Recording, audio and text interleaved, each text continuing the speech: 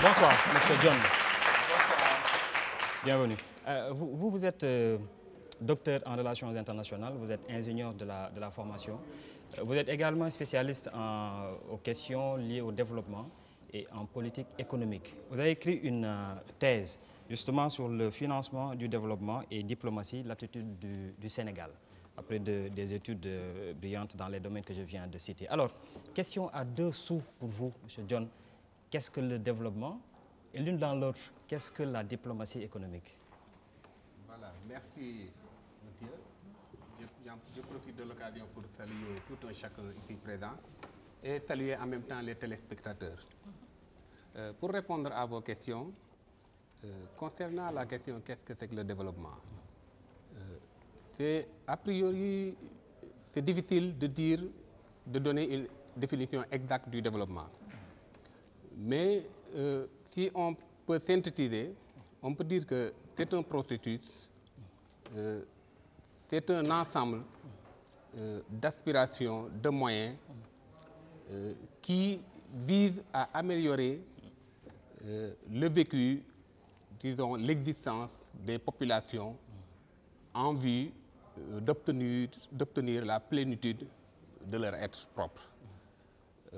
Cela pour synthétiser un peu les aspects liés à la dimension culturelle, à la dimension économique et à la dimension sociale de manière large. Beaucoup de définitions ont profilé, mais à mon avis, je crois que si personnellement je devais donner une définition, je me serais contenté de dire que tout ce qui émane d'une vision à partir des populations qui sont actrices et bénéficiaires de leur situation et qui tend à faire recouvrer toute la dignité à ces populations, j'avoue que on peut dire que on est dans le développement. Voilà. D'accord. Et relativement à la diplomatie économique, sur laquelle d'ailleurs vous avez un petit peu bâti vos études et un petit peu également, en tout cas, votre thèse de doctorat. Voilà, la diplomatie économique. C'est une notion très en vogue aujourd'hui. Voilà, c'est un concept qui est beaucoup en vogue, pour la bonne et simple raison que la diplomatie économique recouvre deux champs. Un champ économique et un champ qui concerne la gouvernance. Autrement dit, un champ sur le plan qui concerne les politiques publiques de développement, ou bien les politiques publiques tout court. Parce que avec le modèle administratif qu'on a hérité du colonialisme, on avait un champ foncièrement administratif qui n'avait pas en réalité pris en compte les aspirations des populations autochtones, si je peux m'exprimer ainsi. Raison pour laquelle la diplomatie du développement devait être une rupture par rapport au modèle qu'on a hérité de l'administration, à une administration qui en fait était foncièrement, éminemment régalienne, qui n'avait pas en fait des visées de promouvoir l'existence pleine des populations qui sont les dépositaires de la légitimité des acteurs publics. Raison pour laquelle on doit rompre avec une administration de privilèges, de protocoles et de prestige pour tendre à une administration de développement. Et si on veut tendre à une administration de développement, tous les domaines qui sont concernés par cette administration, y compris la diplomatie, vont entrer dans cette vision et vont devenir une administration de développement. Et du coup, on va assister à une diplomatie du développement, autrement dit appelée diplomatie économique. Voilà en fait un concept qui en réalité est diffus dans la Convention de Genève, mais qu'on ne veut pas mettre en exergue pour des raisons qui sont liées à une sorte d'acculturation, à une sorte d'assimilation culturelle qu'on a vécue parfois inconsciemment, parfois consciemment, mais c'est comme si on se plaisait dans ces modèles qui, en réalité, ne font que nous assujettir par rapport à des visées impérialistes qui sont plus ou moins exogènes. Raison pour laquelle ma conviction a été de valoriser l'administration en faisant une administration de développement et non une administration purement de prestige, de protocole, de procédure, et les populations ne pourraient aucunement gagner par rapport à cette administration. Pour rester sur votre ouvrage, monsieur John, vous affirmez à la page 23 de votre livre, vous affirmez sans embâche que dans notre pays, en fait, le concept de planification a beaucoup perdu en termes de vitesse.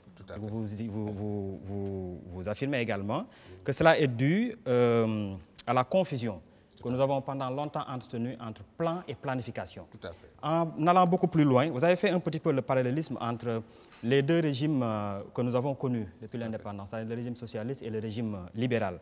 Et vous avez affirmé également que pour ce qui concerne le régime socialiste, il y avait quelque part un souci en termes de conception, de plan de développement, etc. Mais que c'était un régime qui avait un petit peu moins d'ambition, qui n'était pas vraiment très ambitieux par rapport aux défis qui nous interpellent. Pour le régime libéral, vous avez soutenu que c'était un régime beaucoup plus ambitieux, mais qu'il lui manquait en tout cas moins de planification. Voilà. Ça vous inspire quoi, en fait, si vous de faire ce parallélisme-là, et quelles conclusions vous en avez tirées? Voilà, ça m'inspire le fait de ne pas partir de nos réalités. Vous savez, tantôt je disais que c'est difficile de donner une définition standardisée du développement. Oui. Pour la bonne et simple raison que y a beaucoup d'aspects qui ne peuvent pas être intégrés dans une seule définition. Vous savez, l'échec de nos politiques publiques est dû en partie à ce mimétisme dont on faisait allusion tantôt.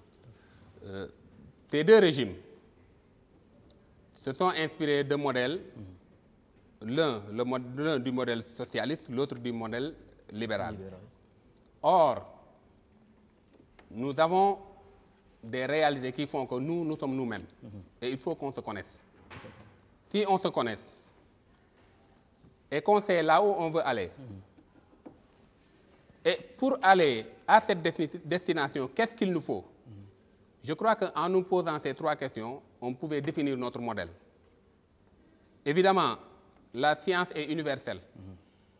On pourra en ce moment interroger ce qu'il y a à tirer dans le socialisme qui va être un atout par rapport à notre vision, de même ce qu'il y a de positif dans le libéralisme pour construire cette vision. Malheureusement, ça n'a pas été le cas. Ce sont des visions qu'on a adaptées plus ou moins avec une certaine avec un manque de réflexion, un manque d'appropriation. J'entends par appropriation le fait de prendre ce qu'il y a de bien dans ce modèle pour l'intégrer dans nos valeurs. Et c'est ce qui fait que le régime socialiste, non seulement tous ces deux régimes ont en commun le fait de ne pas faire ce à quoi ils prétendaient. Le régime qui se réclamait de socialiste n'a pas été socialiste. Le régime qui se réclame de libéralisme n'a pas fait du libéralisme. Alors, c'est pour vous dire que voilà, c'est pour vous dire que c'est du mimétisme. Alors, ceci a constitué, à mon avis, l'intérêt de revoir les différents courants de pensée qu'on a hérités du colonialisme ou bien qui nous sont plus ou moins dictés par une certaine opinion publique internationale. Parce qu'il y a des valeurs, si je prends l'exemple des valeurs qui relèvent de croyances religieuses, ce sont des valeurs qui ont des aspects universels. Mais on ne veut pas les intégrer dans ces courants politiques pour la bonne et simple raison qu'il y a des enjeux internationaux qui font que on ne peut pas accepter certaines valeurs. Alors, raison pour laquelle nous avons pu constater que le régime socialiste s'est voulu être un régime basé sur des plans. Mais en réalité, ce dont on avait besoin, ce n'est pas en fait les plans, mais c'est plutôt une bonne gestion des finances publiques, une bonne gestion du patrimoine national, de même avec le régime libéral. Ils n'ont pas voulu se focaliser sur ces plans, mais malheureusement, il y a eu des problèmes liés à une absence de planification. Raison pour laquelle j'ai voulu attirer l'attention sur la différence entre la planification et les plans.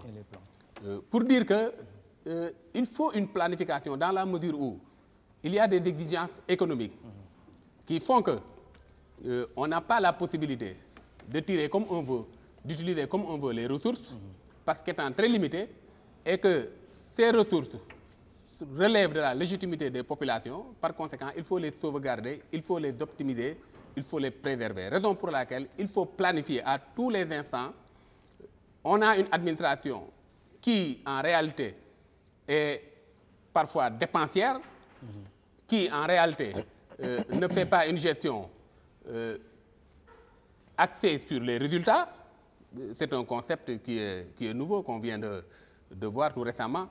Mais c'est quelque chose qu'on devait prendre en compte aussitôt après les indépendances. Donc c'est pour cette raison que j'ai voulu que vraiment qu'il y ait la planification à tous les niveaux pour rendre optimale l'utilisation des ressources publiques, l'utilisation du patrimoine national. D'accord. Je ne sais pas s'il faut décréter, s'il faut décréter ici maintenant la fin des idéologies, en fait, etc., base au socle où repose peut-être le développement de nos pays. En tout cas, ça a été toujours le cas. On a connu beaucoup de régimes, c'est vrai. On a connu également beaucoup d'hommes politiques qui sont appuyés sur des idéologies, des doctrines importées, d'accord, qui ne faisaient peut-être pas vraiment l'affaire sur nos contrées. Et ça ne nous a pas beaucoup avancé. Hein, tu vois qu'il y en a quelques-uns aujourd'hui qui commencent à, en tout cas, ne prendre pour idéologie que la satisfaction des ambitions et des aspirations populaires. Et je crois qu'il serait peut-être plus sage de se ranger dans ce cadre-là. Mais enfin, on va peut-être continuer dans ce sillage-là avec Nina Penda Faye. Merci, Boubacar. Je salue M. John et le félicite pour le travail, parce que quand même, une thèse reproduite sur 300 et quelques pages, c'est pas un travail qu'on ne peut pas ne pas saluer, bien au contraire. Moi, je voudrais plutôt axer et parler avec vous de cette réflexion sur la diplomatie et particulièrement parler de la diplomatie économique. Parce que quand je vous lis et en constatant ce que nous avons pu vivre, même si nous ne sommes pas d'une génération très très ancienne, mais de ce que nous avons retenu, c'est qu'on a eu l'impression que sous Diouf et sous Senghor, nous avions une diplomatie discrète et efficace. Bien sûr, qui a suivi un mimétisme et qui a suivi une école que nous connaissons tous. Et après, je ne pense pas que quand on a vécu sous Diouf et sous Senghor, on ne savait pas ce que c'était la diplomatie économique. Peut-être qu'on ne pouvait pas l'appeler la diplomatie économique, on l'aurait appelé autrement ou on l'appelait autrement. Si vous, le chercheur, vous allez nous dire. Et sous Wade, on a vu une diplomatie quand même visible, qui communiquait plus, qui était beaucoup plus dynamique. Et nous avons connu ce que c'est que ce changement des paradigmes, parce que le Sénégal s'est tourné vers d'autres pays, vers l'Inde, vers la Chine, vers les pays, vers l'Arabie Saoudite et d'autres pays du monde, vers l'Afrique du Sud, la Libye, etc. Et c'est un autre modèle qu'on nous a présenté. Une diplomatie active qui a permis également, en termes de ressources, de partenariat et de coopération, d'avoir beaucoup de financement et de soutien. Et vous le notez si bien dans votre travail. Je vais en revenir avec des aspects d'illustration. Et après cela, on a eu l'impression qu'à un moment, Je ne sais pas qu'est-ce qui s'est passé sous le régime du président Wade. Nous avons vu un département qui est le département de la coopération internationale délocalisé dans un autre ministère. Vous en parlez également. Et on ne peut pas dire que le financement ou les acquis en termes de financement au Sénégal n'ont pas été de bons acquis. Mais qu'est-ce qu'on en a fait? Qu'est-ce qu'on a fait de tout ce que le Sénégal a reçu en termes de coopération? Est-ce que parce que le modèle institutionnel est mauvais? Est-ce que parce que la pratique est mauvaise? Qu'est-ce qu'on a fait? Parce que si on prend l'exemple et on se réfère à ce qui se dit, c'est qu'un autre pays aurait reçu autant de financement que le Sénégal en a reçu, serait à un autre niveau supérieur à celui que nous avons et d'avoir un taux de croissance supérieur à 3,3%, comme vous le dites. Alors dites-moi, quand vous avez étudié tous ces processus-là, par rapport à la diplomatie économique, qu'est-ce qui s'est passé avec tout ce qu'on a eu comme financement? Quel est le modèle qu'il nous faut en dehors du fait qu'il ne faut pas que nous soyons dans le mimétisme, mais il nous faut choisir notre modèle à nous. Merci. Merci, Madame Penda, Mima Penda. Je crois que les financements qu'on a pu acquérir avec le modèle de diplomatie économique instauré par le président Wade laisse entrevoir, comme vous l'avez dit, beaucoup de financements, une manne financière assez importante et qui a permis de réaliser beaucoup d'infrastructures. Tout à fait. Mais ce qu'on a pu vraiment déplorer par rapport à cette politique, c'est au niveau institutionnel et au niveau technique, avec une faible optimisation de ces ressources. Autrement dit, la diplomatie économique a certes permis d'engranger beaucoup de fonds au Sénégal, Tout à fait. mais l'absence de planification dont on parlait tantôt a fait qu'il n'y avait pas en fait une cohérence globale qui permettrait d'optimiser ces ressources. Parce qu'il y a beaucoup de projets et programmes qui, en réalité, ont pu bénéficier de ces financements, mais n'ont pas permis un impact sur le vécu des populations.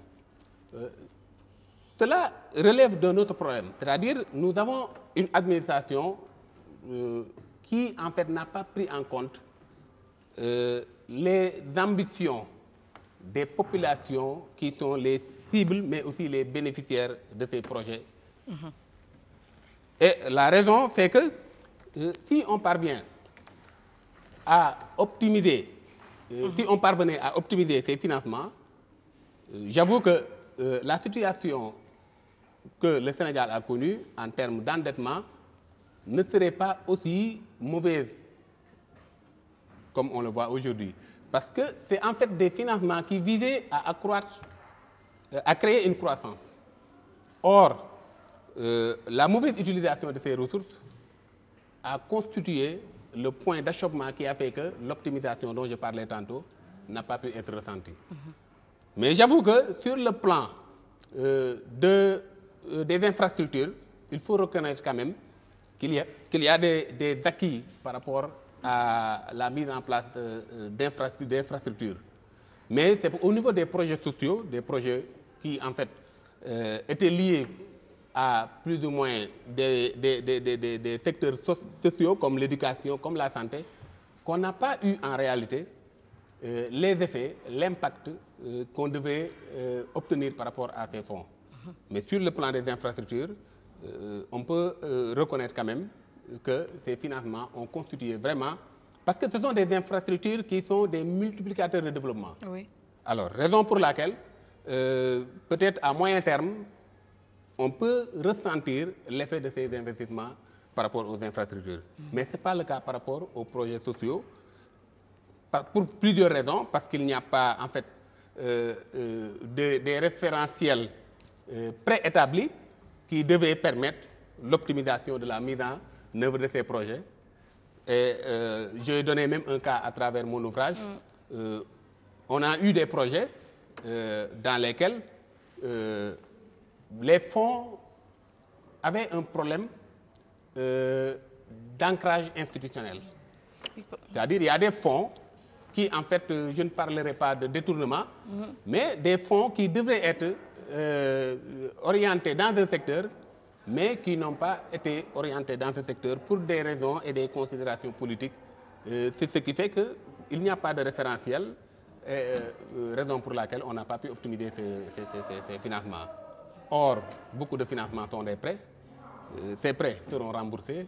Et si vraiment on n'a pas utilisé à bon escient ce financement, vous voyez l'effet pervers que ça peut constituer en termes d'endettement. Bonsoir, monsieur Alioune Dione. Bonsoir. Bonsoir, oui. Moi, je vais un peu commencer sur la forme. Sauf que moi, ce que je déplore, c'est plutôt l'édition.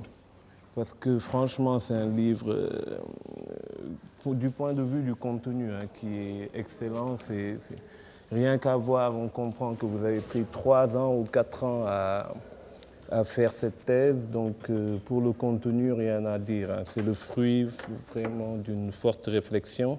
Mais pourquoi c'est aussi mal édité ? Je ne sais pas, les éditions universitaires européennes, moi j'aurais dit que ça a été édité par le cybercafé du coin, sur Wood. Franchement, il n'y a pas eu un effort dans l'édition. Peut-être que ça a été fait à l'université, mais je me dis que ce type de travail qui a nécessité 4 ans, 5 ans, le travail d'un chercheur qui s'est sacrifié, qui a sacrifié sa vie familiale, ça mérite quand même, pour l'éditeur, c'est pas vous n'êtes pas auto-édité, ça mérite quand même un certain effort de la part de l'éditeur. Et c'est ce qu'on déplore le plus souvent. Donc, pour ce qui est du fond, moi, votre livre, il a soulevé 3 problèmes, moi, de ma part. Il y a le problème du développement, comme vous venez de le dire, de la diplomatie, mais aussi de l'administration sénégalaise. Comme vous le disiez tout de suite, le développement, c'est pas un concept qui est fermé. Donc il faut que nous essayions d'avoir une idée de notre propre développement. Parce que peut-être que celui qui est dans son village, qui a son champ, qui a son bétail, a une idée. Il peut, comme vous l'avez dit, le développement, il s'agit du bien-être, il peut être développé à sa manière. Peut-être qu'il sera en retard par rapport aux nouvelles technologies, mais peut-être que lui, par rapport à ce qui lui apporte son bien-être, c'est une personne développée. Donc il faudrait bien qu'on puisse avoir, nous, notre propre modèle de développement, et puis essayer derrière d'atteindre ce développement. Parce que si on veut chaque fois essayer de copier des modèles et après courir derrière les autres, je pense qu'on sera en retard pour des siècles encore. Ouais. Et pour ce qui est de la diplomatie, en lisant le livre, je me suis dit que le vrai problème, ce n'est pas les amis ou les faux amis. Parce que je me dis que ce qui vient de l'extérieur n'est pas foncièrement bon ou foncièrement mauvais. Ce qu'il y a, c'est que le peuple, nous, on a élu des dirigeants. Après, qu'ils soient bons ou mauvais, ça c'est un autre débat. Le fait est qu'on les a élus pour qu'ils défendent nos intérêts. On les a aussi élus pour qu'ils nous mettent sur le chemin du développement. Je pense que maintenant, c'est à eux de voir quel type de relation ils doivent avoir avec les autres pays.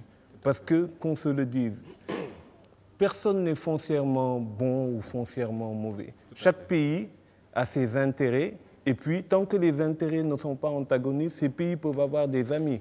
Ces pays peuvent avoir des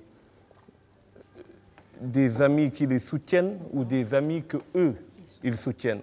Donc, ce qu'il faut, c'est que nos dirigeants doivent être responsables et fiables afin qu'on puisse être sûr que dans les relations qu'ils nouent avec l'extérieur, c'est des relations qui seront bénéfiques aux Sénégalais et à tous les Sénégalais. Pas seulement à une minorité ou plutôt à d'autres puissances qui sont étrangères. Parce que moi, je me suis rendu compte du fait que, parce que j'ai eu à travailler comme consultant avec l'USAID dans un projet de POCL, donc c'était pour la planification, je vois que Kémy... On découvre. Donc c'était pour la planification et je me suis rendu compte que tout ce qui se fait en matière de planification ici, c'est fait par les ONG étrangères. Donc il y avait l'USAID, il y avait World Vision, il y avait d'autres. On travaillait en rapport avec l'ARD et aussi avec les districts médicaux au niveau des régions. On est allé à Kolda, on est allé dans des villages tels que Sarabidi, tout ça. Donc on a fait un travail qui, du point de vue du résultat, est vraiment intéressant pour les populations. Mais moi, ce que je me dis, c'est que ce que ça a coûté en termes de salaire pour les consultants, en termes de carburant, en termes de logement, en termes de location de voitures, alors que pendant ce temps, on a des gens qui sont là, qui sont payés par l'État, qui sont dans l'administration et que ça n'aurait rien coûté à l'État du Sénégal qu'il fasse ce travail. Donc je me dis que le problème, ce n'est pas les bailleurs ou les forces étrangères, le problème c'est nous.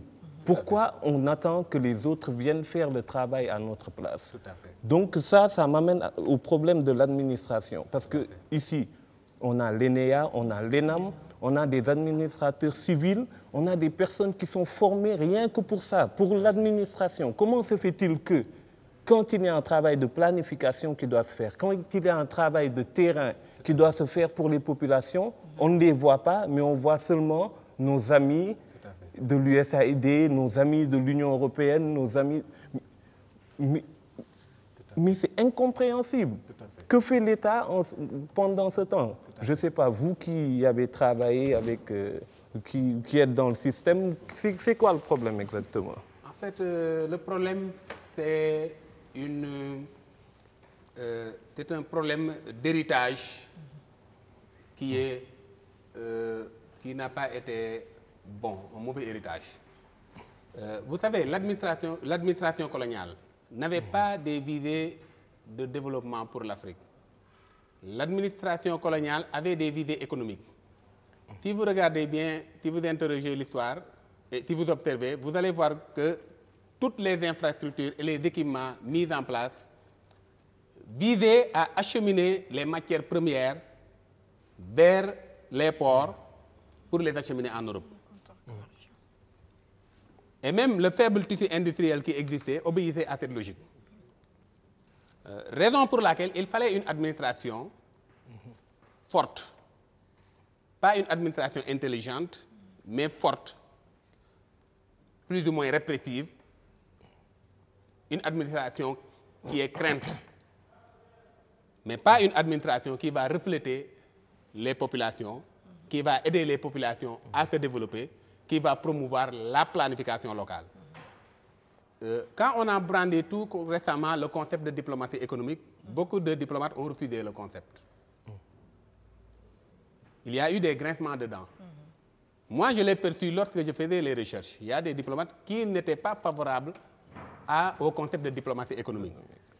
Or, le concept de diplomatie économique est contenu dans la Convention de Vienne. Il y a la dimension amicale, culturelle, mais aussi il y a la dimension économique qui est contenue dans la Convention de Vienne. Donc les diplomates ont un rôle de promotion de l'économie nationale, de l'économie sénégalaise. Or, ils ne peuvent pas faire cette promotion parce qu'ils ne sont pas impliqués dans les projets et programmes. Ils ne veulent pas, pour la plupart. Ils ne veulent pas parce que, comme on a hérité de l'administration le prestige, le protocole, la procédure, on n'a pas intérêt à changer la donne pour être des acteurs de développement. Or, ce n'est pas ces 3 P qui vont nous développer. Pour qu'il y ait développement, il faut quand même que l'ensemble des éléments, l'ensemble des intrants qui concourent à l'atteinte des objectifs de développement soient mis en branle. Kémy Séba. Docteur Dione, bonsoir. Bonsoir. C'est plus qu'un plaisir. C'est déjà parlé. Je pense que chacun sait ce qu'il pense de l'autre. Il y a vraiment une réflexion liée à l'affection. Quand on voit les objectifs de dépassement qui sont donnés dans le cadre de votre pensée. Le livre, je ne veux pas être dans une logique rébarbative, faire des critiques dans la forme, parce que je pense qu'on est tellement dans une logique d'urgence que le fond, aujourd'hui, me paraît, à titre personnel, être le plus important.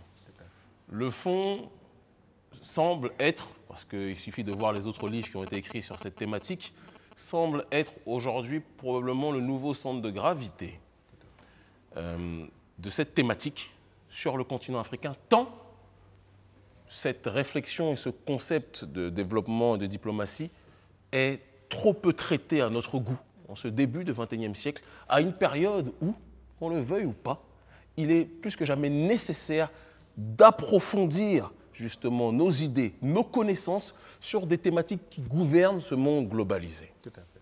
Je serais beaucoup plus nuancé que mon bien-aimé frère, mais ce n'est pas nouveau, hein, on se connaît, on est 2 frères sur moi, mais chacun avec sa réflexion, et c'est ça qui fait aussi, je pense, cette entente.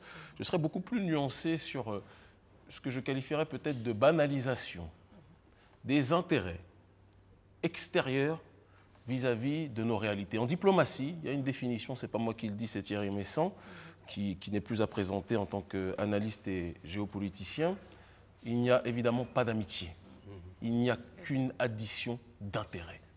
Je citerai une autre personne qui m'est chère, on n'a pas besoin d'être dans les années 70 ou 80 pour en parler, Thomas Sankara, qui disait que le problème central de nos réalités africaines est que ceux qui nous prêtent aujourd'hui sont ceux qui nous ont colonisés. Et celui qui a déjà un background, un passif, dans cette relation de prêt ou de gentillesse soudaine, je vais donner une image soudaine, c'est comme si moi j'ai une fille, et il y a un séducteur qui vient draguer ma fille et qui a été accusé de viol 20 fois auparavant sur d'autres filles. Il est évident que s'il vient avec un bouquet de fleurs, j'aurai un petit peu de prudence, quand même, je pense, sur le fait qu'ils veulent prendre la main de ma fille. J'aurais peur qu'ils prennent les doigts et qu'ils laissent le cadavre après. Et c'est malheureusement, si on veut, on synthétise, mais il faut qu'on parle aussi objectivement, la réalité géopolitique dans laquelle on est. Évidemment, c'est vrai, nul peuple, nulle nation ne naît en étant intrinsèquement mauvaise. Ce n'est pas vrai. Mais les intérêts d'une suprapuissance ne sont pas forcément les intérêts d'un pays qui est présenté comme sous-développé, mais qui, par conséquent, par définition, est surdéveloppable. C'est de la simple logique, de la simple mathématique. On appuie toujours sur l'axe le verre à moitié vide, au lieu de regarder le verre à moitié plein. Ce qu'on sait, c'est qu'aujourd'hui, ces puissances développées sont dans l'effondrement économique, et c'est pour ça qu'on parle d'une crise, on parle d'une crise mondiale, mais c'est une crise qui les concerne en priorité, alors que nous sommes considérés comme sous-développés, et donc, par conséquent, ça signifie que nous sommes surdéveloppables, par essence.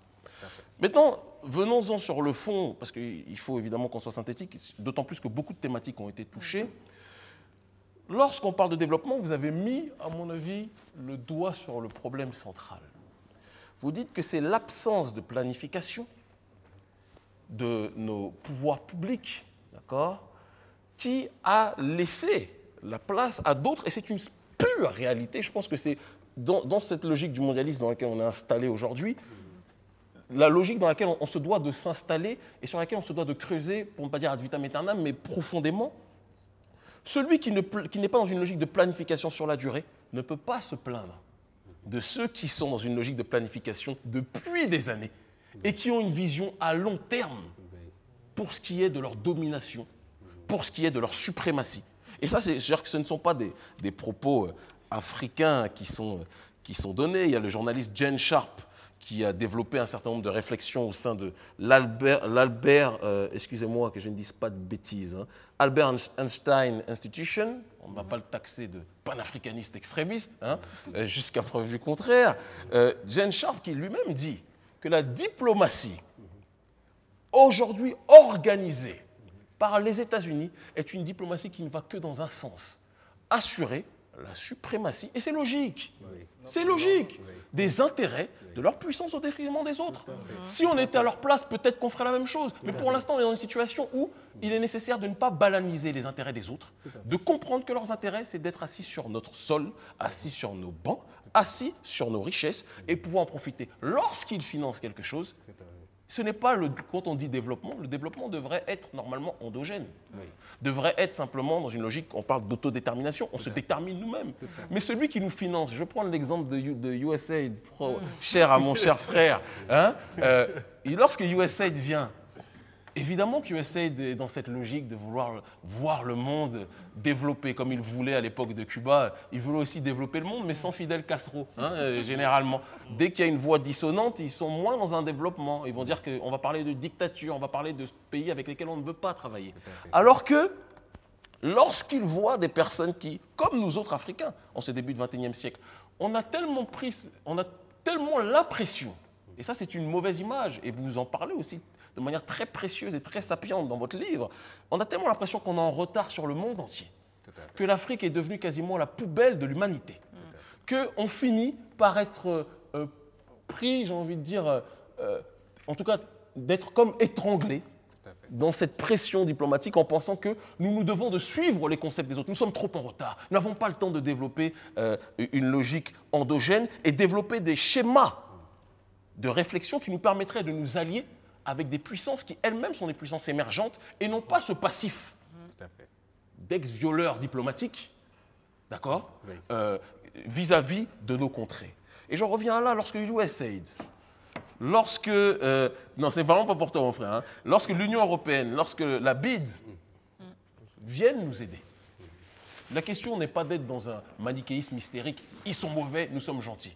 Ça serait trop simple de dire ça. Et il suffirait donc de ne plus parler avec eux, de nous tourner vers d'autres pour qu'on ait gagné. Or, la solution n'est pas là. Mais, ne pensez-vous pas, et j'en viens donc à ma question, Dr Dione, parce que le terme docteur en ce qui vous concerne est important, parce que vous faites partie de ceux qui le méritent amplement, contrairement à beaucoup de gens qui présentent ce titre, mais qui en réalité n'en ont pas forcément le contenu. C'est très rare, hein, tu le reconnais, d'accord.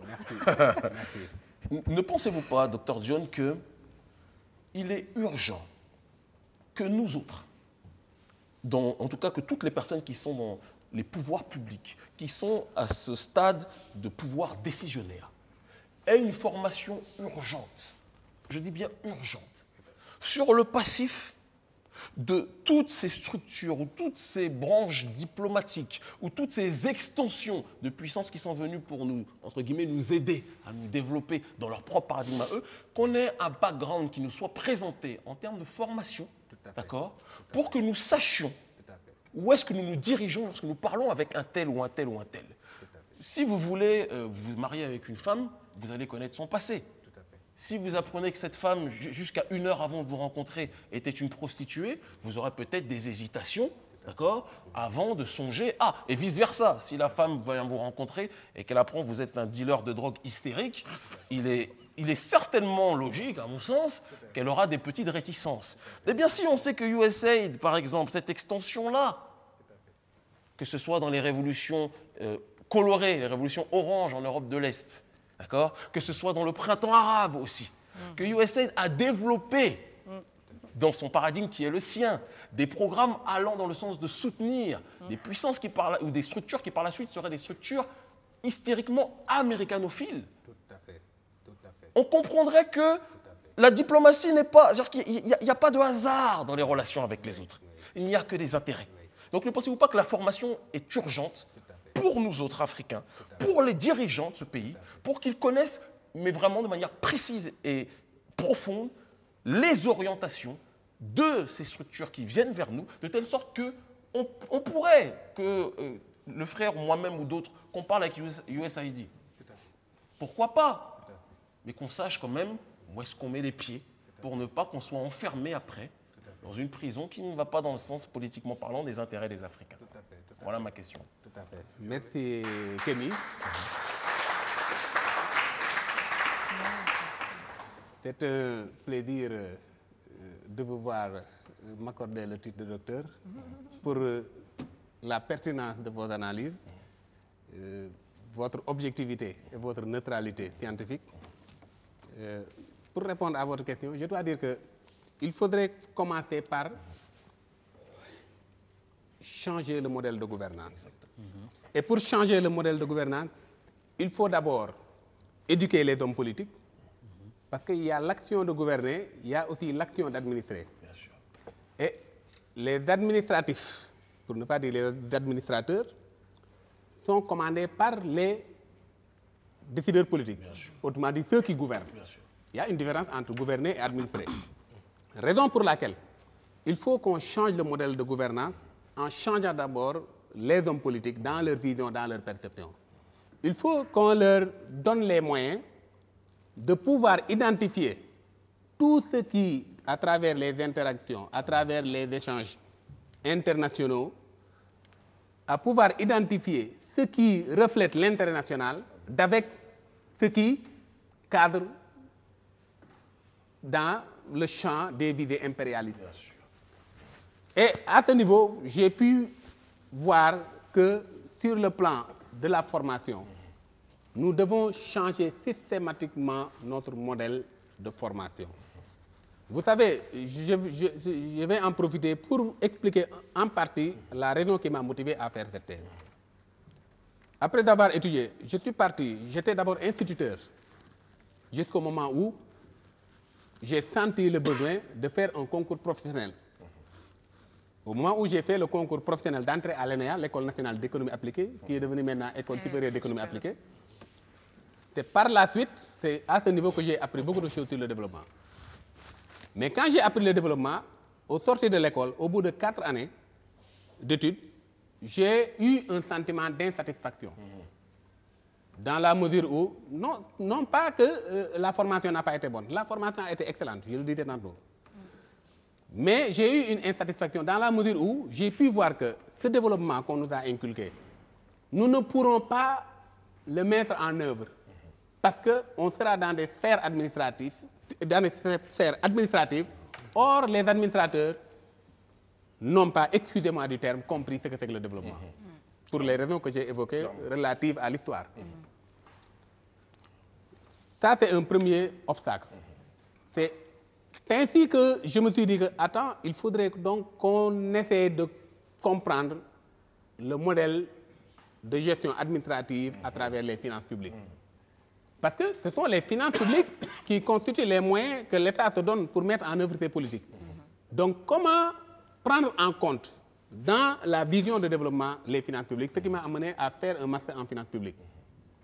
Alors, étant donné que nous sommes dans un champ où il y a une intersection entre le niveau local, c'est-à-dire les valeurs endogènes qu'il faudrait promouvoir, mais aussi en tenant compte de l'environnement global. C'est ce qui m'a amené à faire des études en relations internationales. Donc j'ai articulé la thèse sur les questions de développement, sur les finances publiques, sur les relations internationales. C'est ce qui a amené le sujet financement du développement et diplomatie, l'Institut du Sénégal. Alors, maintenant, cette vision holistique et systémique, c'est ce qui manque malheureusement dans nos politiques publiques de développement. On a des politiques très sectorielles. Quand on passe dans un secteur, on ne prend pas le secteur avec toutes les incidences que ça peut soulever. Et c'est ce qui fait qu'aussi, on a un modèle de gestion des ressources humaines qui est statique, qui n'est pas dynamique. On doit une inertie réelle sur ce terrain. Voilà, on doit prendre en compte l'ensemble de ces compétences qui vont permettre à nos politiques publiques de se déployer convenablement pour atteindre les résultats de développement. Alors, c'est à ce niveau que j'ai pu identifier des éléments sur lesquels il faudrait prendre en compte pour vraiment promouvoir notre développement. C'est dans la partie de recommandation que j'ai évoqué ces différents aspects. Une belle transition peut-être pour passer à vous. Merci infiniment. En vous remerciant encore une fois, monsieur John, pour la qualité de cet ouvrage-là et pour les réflexions que vous avez apportées sur notre plateau.